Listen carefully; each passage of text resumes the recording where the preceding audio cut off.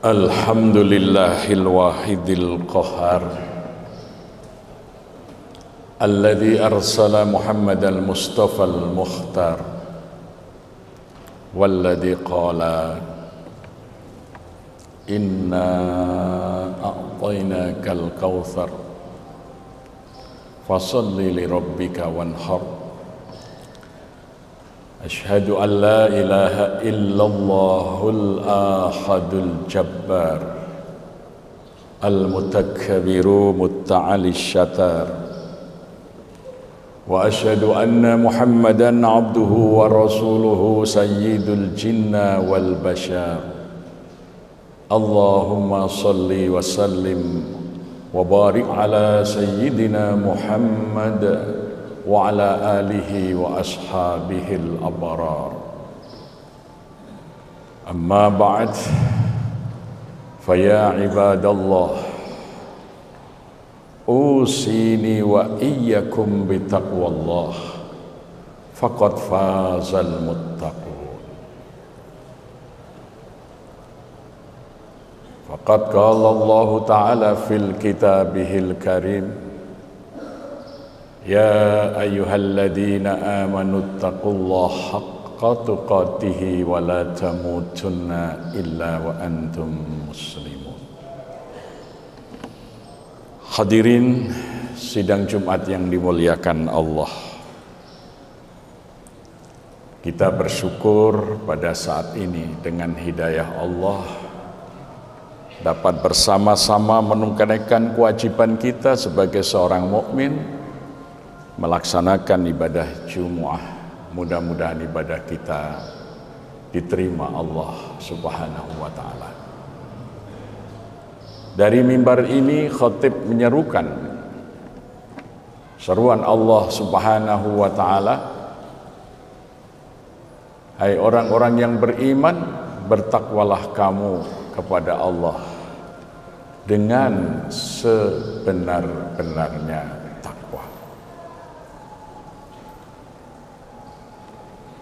Karena hanya dengan takwa itu kehidupan kita di dalam berbangsa dan bernegara akan dibukakan rahmat Allah, baik dari langit-langitnya maupun dari buminya. Sebagaimana firman Allah, "Lau kana ahlal qura amanu wattaqau la fatahna alaihim barakatim minas sama'i wal ardh."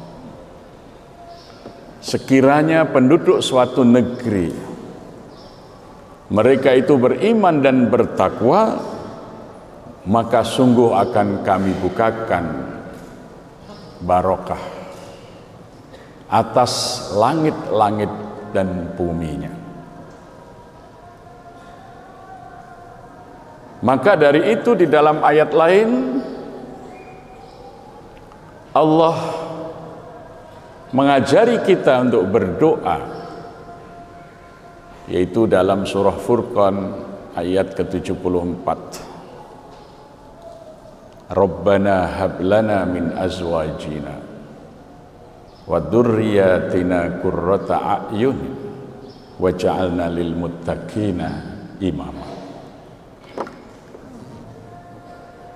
Ya Allah, ya Tuhan kami, anugerahkan atas kami pasangan hidup dan anak keturunan yang menjadi penghias kehidupan kami, dan jadikanlah kami beserta anak keturunan kami pemimpin bagi hamba-hamba yang bertakwa. Setiap keluarga dari kaum muslimin yang beriman kepada Allah diberi beban dan tanggung jawab menyiapkan pemimpin yang bertakwa, supaya kehidupan masyarakat menjadi kehidupan yang barokah. Salah satu dari bukti kualitas takwa itu adalah berkorban. Maka Rasulullah Ibrahim alaihissalam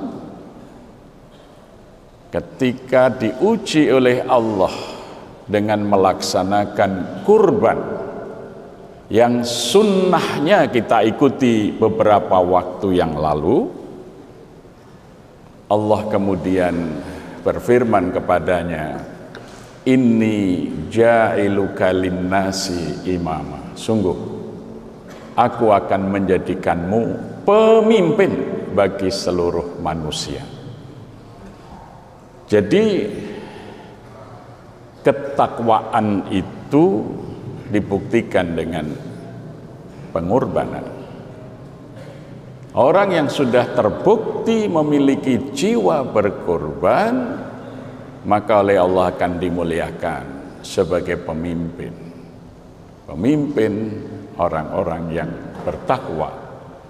Dengan kepemimpinan orang yang bertakwa ini, masyarakatnya akan hidup dalam keberkahan, sebagaimana yang sebetulnya diharapkan oleh pendiri negara kita dalam konstitusi, di mana dalam pembukaan dinyatakan atas berkat rahmat Allah yang Maha Kuasa dan didorongkan oleh keinginan yang luhur supaya berkehidupan kebangsaan yang bebas, maka rakyat Indonesia menyatakan dengan ini kemerdekaannya.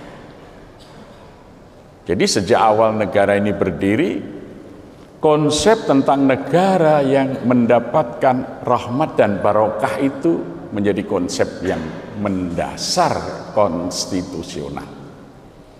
Maka harus disiapkan oleh setiap keluarga bangsa ini calon-calon pemimpin yang bertakwa.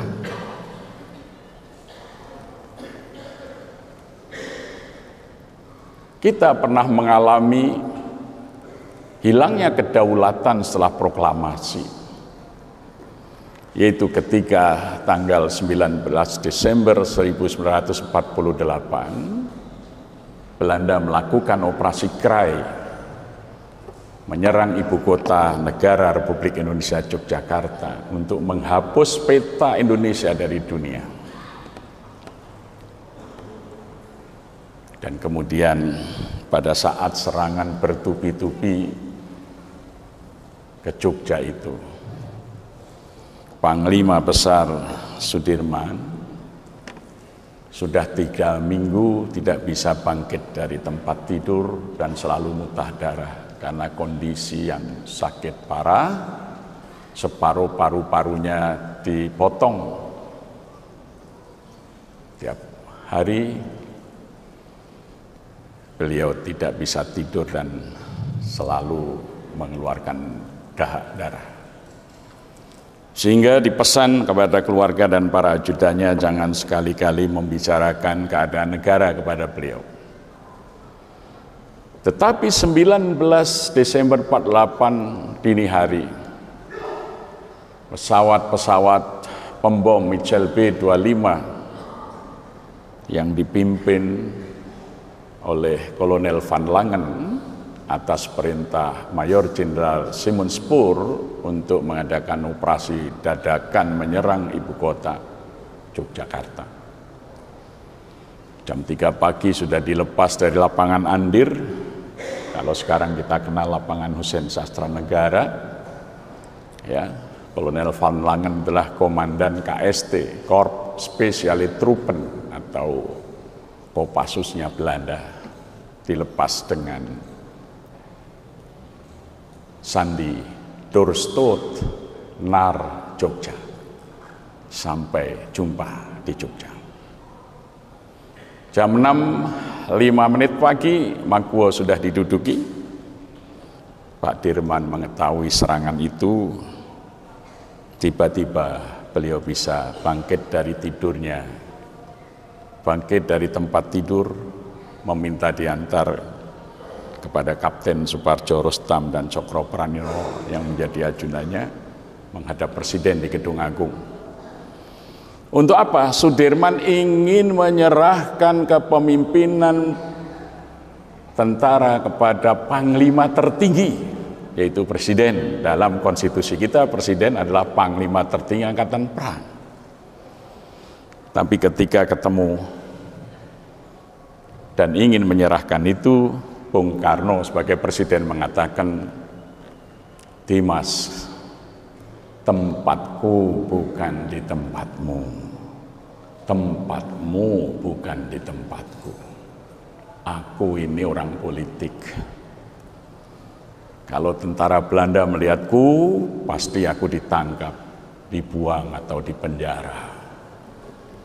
Sedangkan Dimas sebagai pemimpin pasukan, kalau tertangkap mungkin ditembak mati atau ditunggu akan digantung untuk membuat takut rakyat kita.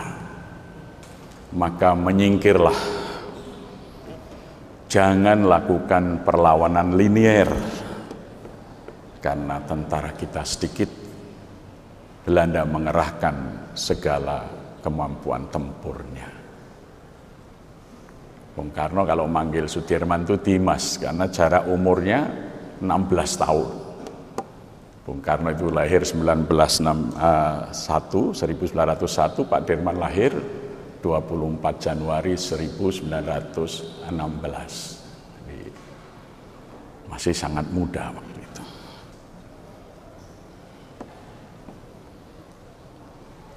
Dan Bung Karno menutup kalimatnya dengan mengatakan, apalagi Panglima kan tengah sakit. Pak Dirman tegak berdiri menggebrak meja. Tidak, Sudirman boleh sakit, Panglima tidak pernah sakit. Akan aku jadikan kuburan tentara Belanda jika mereka masuk kota. Biarlah tubuh kurus kering kerempeng ini dirobek-robek oleh peluru musuh. Dadanya ini berkibar sangsaka merah putih, hanya satu pilihan, merdeka atau mati. Dan Pak Dirman kemudian mulai melakukan perlawanan dengan gerilya, dikeluarkan perintah siasat 1, membentuk Wingate dan membentuk Wehrkreis. Kalau malam hari di kantong-kantong kota, Wingate itu mengadakan serangan untuk mengacaukan keamanan kota. Pagi hari mereka harus lari kembali ke daerah-daerah pertahanan yang disebut Wehrkreis. Ini teori politik gerilya yang dikonsep oleh Pak Dirman. Dan ketika sampai di Parangtritis, rakyat menyambut, menjamu dengan nasi bungkus. Pak Dirman tidak tega hati, dia memerintahkan adik iparnya yang bernama Helmi untuk kembali menemui Budirman yang satu diamankan oleh Sri Sultan Hamengkubuwono di dalam Mangkubumen. Untuk apa? Meminta uang dan perhiasan-perhiasan untuk bekal perang menghadapi Belanda. Jangan sampai prajuritnya menjadi beban rakyat. Maka Pak Dirman mengatakan, cukuplah kita, para pemimpin saja yang menderita, rakyat tidak boleh ikut menderita. Dan nanti kepemimpinan Sudirman dalam mempertahankan daulat negara ini berhasil ketika dilaksanakan serangan umum 1 Maret. Sehingga tanggal 29 Juni Belanda harus menarik pasukannya dari Yogyakarta yang kita kenal dengan peristiwa Jogja Kembali. Dan tanggal 30 Juni Sri Sultan Hamengkubuwono memproklamasikan kemerdekaan Indonesia dalam bentuk Republik Indonesia Syarikat. Dan Belanda hanya mengakui kedaulatan negara kita tanggal 30 Juni 1949. Belanda tidak mengakui proklamasi 45. Jadi kita itu mengalami 2 kali proklamasi. Maka sekarang 1 Maret sudah ditetapkan sebagai hari penegakan kedaulatan negara. Haji Agus Salim pernah ditanya, bagaimana untuk menjadi seorang pemimpin? Haji Agus Salim menjawab, leader is legion. Memimpin itu harus siap menderita, berkorban untuk rakyatnya. Tidak mungkin negara dan bangsa ini bisa mencapai cita-citanya ketika para pemimpin tidak siap berkorban, tidak siap menderita. Karena pasti hanya akan berebut jabatan dan berebut kekayaan negara, menggadaikan kekayaan negara untuk kepentingan diri dan kelompoknya, menghabiskan kekayaan nasional kita tidak sebesar-besarnya untuk kemakmuran rakyat, tapi untuk mempertahankan jabatan dan kekuasaannya. Konstitusi dilanggar dan lain sebagainya, maka hanya dengan takwa, dibuktikan dengan kesiapan berkorban, pemimpin itu mampu mewujudkan cita-cita rakyatnya, dan kelak di sisi Allah dimintai pertanggungjawabannya. Rasulullah mengingatkan, kullukum ra'in wa kullukum mas'ulun an ra'iyati. Tiap-tiap kamu adalah pemimpin, dan tiap pemimpin akan dimintai pertanggungjawaban atas rakyatnya. Aqulu qouli hadza wa nastaghfiruh. Innahu huwat tawwabur rahim.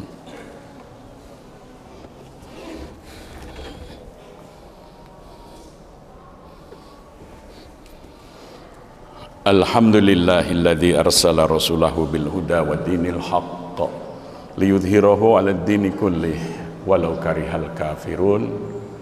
Asyhadu an la ilaha illallah wahdahu la syarikalah wa asyhadu anna Muhammadan 'abduhu wa rasuluhu la rasula wa la nabiyya ba'da. Allahumma shalli wa sallim wa barik ala sayyidina Muhammad wa ala alihi wa sahbihi wa mawalah. Amma ba'd, fa ya ibadallah, ittaqullah haqqa tuqatih wa la tamutunna illa wa antum muslimun. Innallaha wa malaikatahu yusalluna 'alan nabi ya ayyuhalladzina amanu sallu 'alaihi wa sallimu taslima. Allahumma shalli wa sallim wa barik ala sayyidina Muhammad wa ala alihi wa sahbihi ajma'in.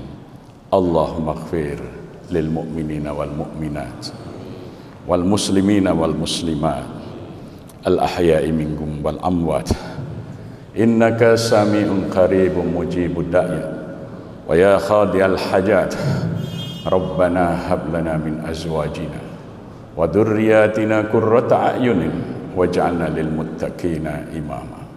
Rabbana la tuzigh qulubana ba'da idh hadaitana wa hab lana min ladunka rahmah innaka antal wahhab. Rabbana atina fid dunya hasanah wa fil akhirati hasanah wa qina adzaban nar wa adkhilnal jannata ma'al abrar ya azizu ya ghaffar ya rabbal alamin. Subhana rabbika rabbil izzati amma yasifun wassalamun alal mursalin walhamdulillahi rabbil alamin. Ayuhan nas, innallaha ya'murukum bil adli wal ihsan wa ita'idil qurba wa yanhanil fahsya'i wal munkari wal baghi ya'idukum la'allakum tadhakkarun. Fala dzikrullahi akbar. Aqimis shalah. La ilaha illallah Muhammadun Rasulullah.